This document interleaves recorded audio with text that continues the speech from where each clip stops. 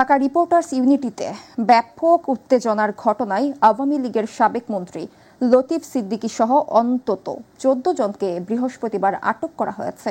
পরে তাদের ডিবি হেফাজতে নেওয়া হয়। রাতে তাদের সন্ত্রাস বিরোধী আইনে গ্রেফতার দেখিয়ে আজ আদালতে নেওয়ার সিদ্ধান্তের কথা জানিয়েছে ঢাকা মেট্রোপলিটন পুলিশ। গোয়েন্দা পুলিশের পক্ষ থেকে জানানো হয়, গ্রেফতার ব্যক্তিদের মধ্যে ঢাকা বিশ্ববিদ্যালয়ের অধ্যাপক শেখ হাফিজুর রহমান এবং সাংবাদিক মঞ্জুরুল আলমও রয়েছেন। এর আগে বৃহস্পতিবার দুপুরে ঢাকা ডিআরইউ থেকে লতিফ সিদ্দিকী সহ অন্যদের হেফাজতে নেয় পুলিশ। তারা সেখানে মঞ্চ ৭১ নামে একটি সংগঠনের ব্যানারে আয়োজিত গোল টেবিল অনুষ্ঠানে যোগ দেন। পরে জুলাই যোদ্ধা পরিচয় দিয়ে লতিফ সিদ্দিকীর উপর চড়াও হয় একদল লোক। অনাকাঙ্ক্ষিত পরিস্থিতি এড়াতে পুলিশ তাকে সহ অন্যদের হেফাজতে নেয়। বেশ কিছুদিন ধরে চড়া দামে সবজি, মুরগির ডিম ও মাছ কিনছেন ক্রেতারা। এবার মূল্য বৃদ্ধির তালিকায় যুক্ত হয়েছে দৈনন্দিন প্রয়োজনীয় আরও কিছু পণ্য। বিশেষ করে আটা, ময়দা, মসুর ডালের দাম বেশ খানিকটা বেড়েছে। আর দাম কমেছে চিনি ও কিছু মশলা পণ্যের। বাজার ঘুরে দেখা গেছে বাজারে কেজিতে আটার দাম ৬ থেকে ১০ টাকা এবং ময়দার দাম ৫ থেকে ১০ টাকা বেড়েছে। সবচেয়ে বেশি দাম বেড়েছে ছোট দাদার মসুর ডালের, কেজিতে প্রায় ২০ টাকা। এই দাম বেড়েছে ১০ থেকে ১৫ দিনের মধ্যে। দর্শক, বাজার দর নিয়ে আমাদের সাথে যুক্ত আছেন মোহাম্মদপুর কৃষি মার্কেট কাঁচা বাজার থেকে সহকর্মী ইলিয়াস মাতবর। ইলিয়াস, বাজারের পরিস্থিতি কেমন দেখছেন আমাদের জানাবেন। সাবরিন, আপনাকে ধন্যবাদ। আমরা এখন রয়েছি রাজধানীর মোহাম্মদপুর কৃষি মার্কেটে। এই কৃষি মার্কেটে এটা কিন্তু এই মোহাম্মদপুর বা ঢাকার মধ্যে কিন্তু নামকরা একটা মার্কেট, যেটা আপনাকে জানাতে চাই যে বেশ কিছুদিন ধরে কিন্তু সবজির বাজার কিন্তু উত্তাপ দেখা দিয়েছে এবং ক্রেতারাও বলছেন কোনো সবজি তারা মূলামূলি বা দামাদামি করার কোনো সুযোগ পাচ্ছেন না। যেটা দোকানদাররা যেটা দাম চাচ্ছেন সেই দামে তাদেরকে দিতে হচ্ছে। এতে কিন্তু এছাড়াও আমরা দেখেছি যে বাজারে বিভিন্ন ধরনের পণ্যের দামও কিন্তু কিছুটা বেশি দামে বিক্রি হচ্ছে। বেশ কিছুদিন ধরে ডিম, মাছ অতিরিক্ত দামে বিক্রি হচ্ছে। এছাড়া মূল্যবৃদ্ধির তালিকায় দৈনন্দিন আরও বেশ কিছু পণ্য রয়েছে। এর মধ্যে দেশি মসুর ডালটা হচ্ছে অন্যতম। এটা ২০ থেকে ২৫ টাকা বৃদ্ধি পেয়েছে। ২০ থেকে ২৫ টাকা বৃদ্ধি পেয়ে এখন বিক্রি হচ্ছে ১৬০ টাকায়। এছাড়া চিনি, ছোলাতেও কিছুটা বৃদ্ধি পেয়েছে। পেঁয়াজ বিক্রি হচ্ছে ৮৫ টাকায়। এছাড়া সবজি ৮০ থেকে ১০০ টাকার নিচে কোনো সবজি মিলছে না। ইলিয়াস, আপনাকে ধন্যবাদ। দর্শক, মোহাম্মদপুর কাঁচা বাজার থেকে সরাসরি যুক্ত ছিলেন আমাদের সহকর্মী ইলিয়াস মাতবর, জানাচ্ছিলেন বাজার দরের সবশেষ পরিস্থিতি। এবারে চলে যাব পরবর্তী সংবাদে। গাজীপুরের শ্রীপুরে গোয়েন্দা পুলিশের হাতে আটক শীর্ষ সন্ত্রাসী মোহাম্মদ সুমন মিয়াকে ছিনিয়ে নিয়েছে দুর্বৃত্তরা। এ সময় হামলায় পুলিশের ৩ সদস্য আহত হয়েছেন। পুলিশ জানিয়েছে, ছিনিয়ে নেওয়া আসামির বিরুদ্ধে অস্ত্র আইন একাধিক মামলা রয়েছে। বৃহস্পতিবার রাত ৮টার দিকে শ্রীপুর পৌরসভার টেংরা রাস্তার মোড় এলাকায় এ ঘটনা ঘটে। আহতরা হলেন এএসআই শহীদুল ইসলাম, এএসআই এমদাদ ও এসআই নাজমুল ইসলাম। আসামি মোহাম্মদ সুমন মিয়া উপজেলার বর্মি ইউনিয়নের পাঠানটেক গ্রামের মোসলেম উদ্দিনের ছেলে। তার বিরুদ্ধে জেলার বিভিন্ন থানায় অস্ত্র আইনে একাধিক মামলা রয়েছে। বিষয়টি নিশ্চিত করে শ্রীপুর থানার ভারপ্রাপ্ত কর্মকর্তা মোহাম্মদ আব্দুল বারিক বলেন, কয়েক দফা হামলার পর ছিনিয়ে নেওয়া হয় আসামিকে। চিকিৎসক, জনবল, বর্জ্য ব্যবস্থাপনা ও অবকাঠামো সহ নানা সমস্যায় জর্জরিত রংপুরের পীরগঞ্জের মা ও শিশু হাসপাতালগুলো। এ অবস্থায় কাঙ্ক্ষিত চিকিৎসা সেবা থেকে বঞ্চিত হচ্ছে এ অঞ্চলের মানুষ। তবে দ্রুত এ সমস্যা সমাধানের আশ্বাস দিয়েছেন উপজেলা স্বাস্থ্য কর্মকর্তা। প্রতিনিধি মাহমুদুল হাসানের রিপোর্টে বিস্তারিত। বছরের পর বছর ধরে অযত্ন আর অবহেলায় পড়ে আছে রংপুরের পীরগঞ্জ উপজেলার খালাসপীর, মাদারগঞ্জ ও চতরায় নির্মিত ৩টি ১০ শয্যা বিশিষ্ট মা ও শিশু কল্যাণ কেন্দ্র। এসব এলাকায় রোগীর বাড়তি চাপ থাকলেও নেই চিকিৎসক ও জনবল। ফলে স্বাস্থ্যসেবা থেকে বঞ্চিত হচ্ছেন এলাকার সাধারণ মানুষ। সরকারি উদ্যোগে স্বাস্থ্যসেবা নিশ্চিত করার লক্ষ্যে হাসপাতালগুলো প্রতিষ্ঠা করা হলেও বছরের পর বছর সেবা পাচ্ছেন না রোগীরা। এতে করে সেবা নিতে যেতে হচ্ছে বেসরকারি ক্লিনিক, হাসপাতালে। এতে বাড়ছে ভোগান্তি ও টাকার চাপ। শুধু এটা নামে 10 শয্যা হাসপাতাল, কিন্তু এখানে তেমন কোনো সুযোগ সুবিধা বা তেমন কোনো চিকিৎসা ব্যবস্থা নেই। চাই আমরা ডাক্তারখানা তাড়াতাড়ি দ্রুত চিকিৎসক নিয়োগ দিয়ে মা ও শিশু হাসপাতালগুলো সচল করা না হলে এ অঞ্চলে কাঙ্ক্ষিত স্বাস্থ্যসেবায় আরও ভোগান্তি বাড়াবে সাধারণ মানুষের। দ্রুতই হাসপাতালগুলো চালুর দাবি স্থানীয়দের। ট্রিটমেন্ট ভালোভাবে পায় না, এখানে রুগী আসলে শুধু ওষুধপাতি নিয়ে চলে যাওয়া লাগে। এখানে আমরা চাই একটা ভালো ডাক্তার, ভালো নার্স আসুক। চিকিৎসক সংকট থাকায় হাসপাতালগুলো চালু করা সম্ভব হয়নি। চালুর ব্যাপারে ঊর্ধ্বতন কর্তৃপক্ষকে জানানো হয়েছে বলে জানান উপজেলা পরিবার পরিকল্পনা কর্মকর্তা। যথেষ্ট জনবল না থাকায় এই কেন্দ্রগুলো আমাদের সম্পূর্ণরূপে চালু করা সম্ভব হচ্ছে না, কিন্তু আমরা সর্বোচ্চ চেষ্টা করছি স্বল্প পরিমাণ জনবল দিয়ে এই প্রতিষ্ঠানগুলোকে চালু রাখতে। এই ব্যাপারে আমরা ঊর্ধ্বতন কর্তৃপক্ষকে অবহিত করেছি। যথাসময়ে নিয়োগ এবং লজিস্টিক্স সরবরাহ হলে প্রতিষ্ঠানগুলো পুরোদমে চালু করা হবে। দ্রুতই সকল সমস্যা শেষ করে উন্নতি হবে চিকিৎসা সেবা কার্যক্রমের, এমনটাই প্রত্যাশা সবার। মাহমুদুল হাসান, মাই টিভি, রংপুর। বরিশাল ভোলা নৌ রুটের ঐতিহ্যবাহী শ্রীপুর লঞ্চ টার্মিনাল সরিয়ে নেয় দুর্ভোগে পড়েছে ওই ইউনিয়নের লাখো মানুষ। দুটি নদীর মোহনায় বর্তমান টার্মিনাল হওয়ায় তীব্র স্রোতে যে কোনো সময়ে দুর্ঘটনায় পড়তে পারে যাত্রীবাহী লঞ্চ, স্টিমার বা পণ্যবাহী নৌযান। বিআইডব্লিউটিএ এবং ইজারাদারদের দুর্বলতাকে দায়ী করছেন ইউনিয়নবাসী। আসাদ চৌধুরীর ক্যামেরায় পারভেজ রাসেলের রিপোর্টে বিস্তারিত। নদী বিধৌত দক্ষিণের জনপদ বরিশাল। এখনো অনেক এলাকায় যেতে হলে ভরসা একমাত্র ছোট বড় নৌযান। বরিশাল থেকে ভোলা, মেহেন্দিগঞ্জ, পাতারহাট, হিজলা ও শ্রীপুরের মানুষ নদীপথে সহজতর চলাচলে লঞ্চই একমাত্র মাধ্যম। বরিশাল লাহারহাটের ওপারের শ্রীপুরের 40 বছরের ঐতিহ্যবাহী ঘাটটি বর্তমান ঠিকাদার সরিয়ে নিয়েছে কালাবদর এবং তেঁতুলিয়া নদীর মোহনা চর ফেনুয়ায়। এতে দুর্ভোগে পড়েছে স্থানীয়রা। ছোটবেলা থেকে আমরা দেখছি যে এই লঞ্চ ঘাটটা শ্রীপুর পুরান ঘাটটা ওখানে আমাদের জন্য ভালো ছিল, আর এখন যেখানে পানির সমস্যা আমাদের বিরাইতে কষ্ট। এখন যেখানে ঘাট আসছে ওখানে পানির কারেন্ট, অত্যন্ত কারেন্ট। এই ঘাটের তনে আমরা যাতায়াত করতাম, এখন একটা ঘাট নিয়ে ওখান তো নিয়ে গেছে। আমাকে বাচ্চা কাছে নিয়ে ওই জায়গায় পানি শাক্কা আছে, ওগুলো দিয়ে যাইতে আমাকে খুবই কষ্ট হইতেছে।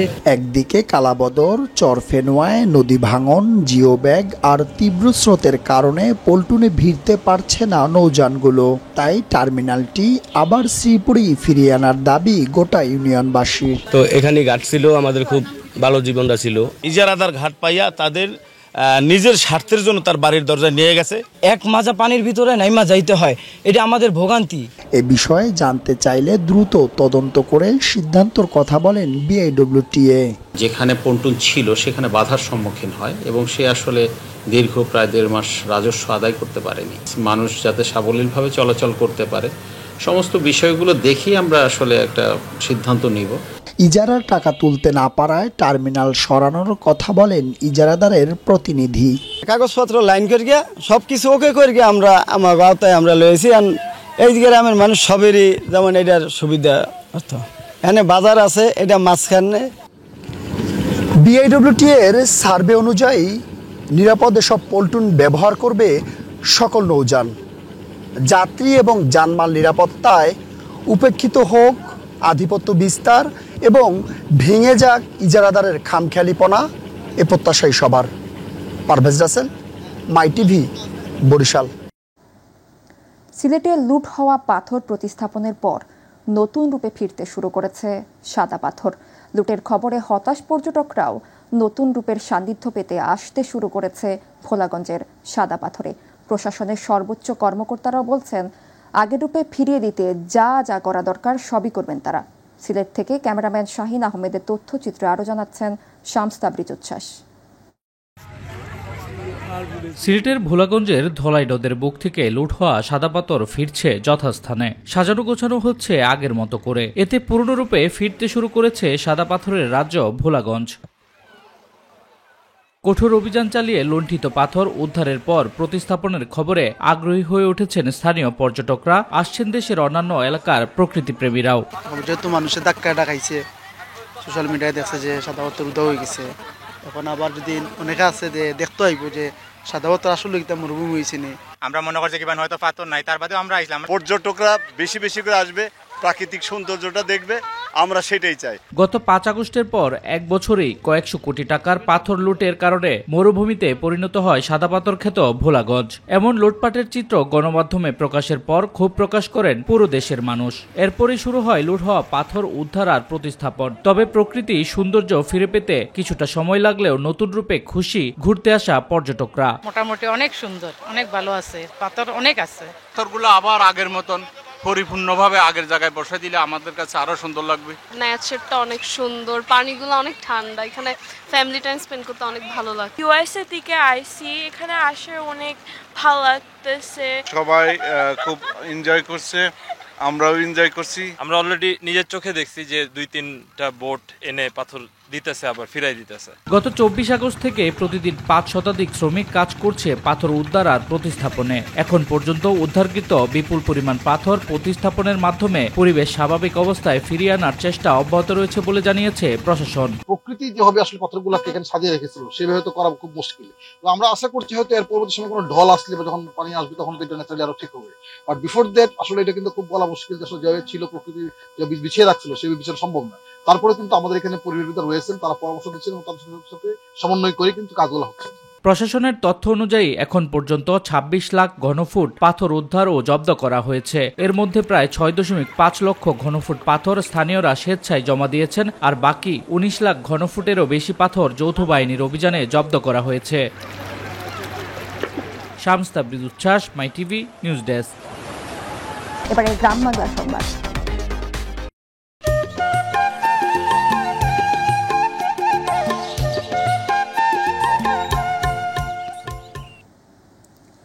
অনির্দিষ্টকালের জন্য বন্ধ হয়ে গেছে দিনাজপুরের পার্বতীপুরে অবস্থিত দেশের একমাত্র মধ্যপাড়া পাথর খনির উৎপাদন কার্যক্রম। বিস্ফোরক সংকটে বৃহস্পতিবার থেকে খনির পাথর উত্তোলন ও উন্নয়ন সংশ্লিষ্ট সকল কার্যক্রম বন্ধ করে দিতে বাধ্য হন খনি কর্তৃপক্ষ। তবে এ সময় খনি রক্ষণাবেক্ষণের পাশাপাশি অন্যান্য কাজ চালু থাকবে বলে জানিয়েছে সংশ্লিষ্টরা।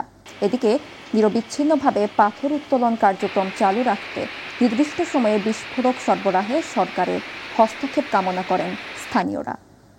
ব্রাহ্মণবাড়িয়া সদর উপজেলার ঐতিহ্যবাহী কাছাইট জামে মসজিদে আওয়ামী দোসরদের দ্বারা গঠিত 7 বছর যাবৎ অবৈধভাবে দখলকৃত কমিটি বাতিল ও দুর্নীতিসহ একাধিক অভিযোগে অভিযুক্ত ইমামকে বরখাস্ত করার দাবিতে বিক্ষোভ সমাবেশ করেছে এলাকাবাসী।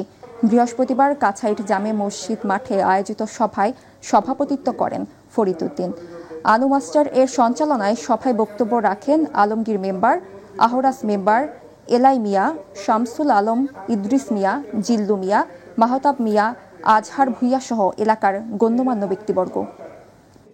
ব্রাহ্মণবাড়িয়া সদর উপজেলার 25টি বিদ্যালয়ে মাল্টিমিডিয়া ক্লাসরুম স্থাপন, খেলাধুলার সামগ্রী বিতরণ এবং উপজেলা কমপ্লেক্সের সংস্কারকৃত মাঠ ও রাস্তার উদ্বোধন অনুষ্ঠিত হয়েছে। উপজেলা পরিষদ প্রাঙ্গণে আয়োজিত অনুষ্ঠানে প্রধান অতিথি ছিলেন সদর উপজেলা নির্বাহী কর্মকর্তা সিফাত মোহাম্মদ ইশতিয়াক ভুইয়া। এ সময় উপজেলা প্রাণী সম্পদ কর্মকর্তা ডাক্তার মোহাম্মদ ইমরান ভুইয়া, উপজেলা কৃষি কর্মকর্তা শাহানা বেগম, উপজেলা প্রকৌশলী মোহাম্মদ জুলফিকার হক চৌধুরী সহ সংশ্লিষ্ট কর্মকর্তারা উপস্থিত ছিলেন।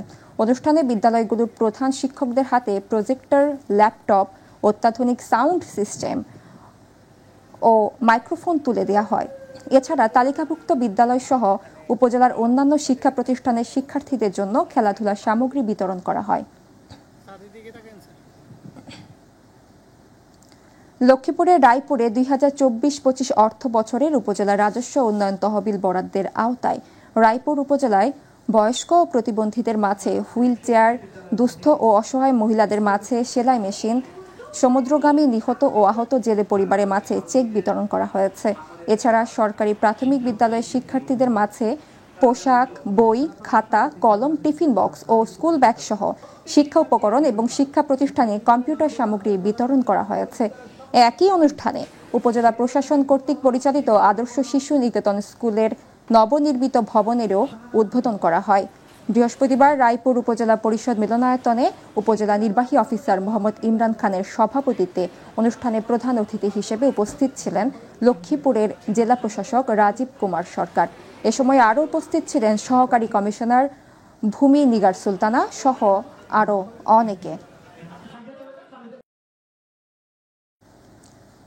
নড়াইলে জেলা পর্যায়ে গ্রাম আদালত কার্যক্রমের বার্ষিক অগ্রগতি পর্যালোচনা ও করণীয় শীর্ষক সভা অনুষ্ঠিত হয়েছে। জেলা প্রশাসকের আয়োজনে সম্মেলন কক্ষে উপপরিচালক জুলিয়া সুকাইনার সভাপতিত্বে আলোচনা সভায় প্রধান অতিথি ছিলেন জেলা প্রশাসক শারমিন আক্তার জাহান। এ সময় লোহাগড়া উপজেলা নির্বাহী অফিসার মোহাম্মদ আবু রিয়াদ, সদর উপজেলা নির্বাহী অফিসার সঞ্চিতা বিশ্বাস, গ্রাম আদালতের সহকারী পরিচালক সোহানুর রহমান সহ জেলা ও উপজেলা পর্যায়ের সমন্বয়কগণ উপস্থিত ছিলেন। করলে সঞ্চয় 200 টাকা, সরকার দেবে 400 টাকা।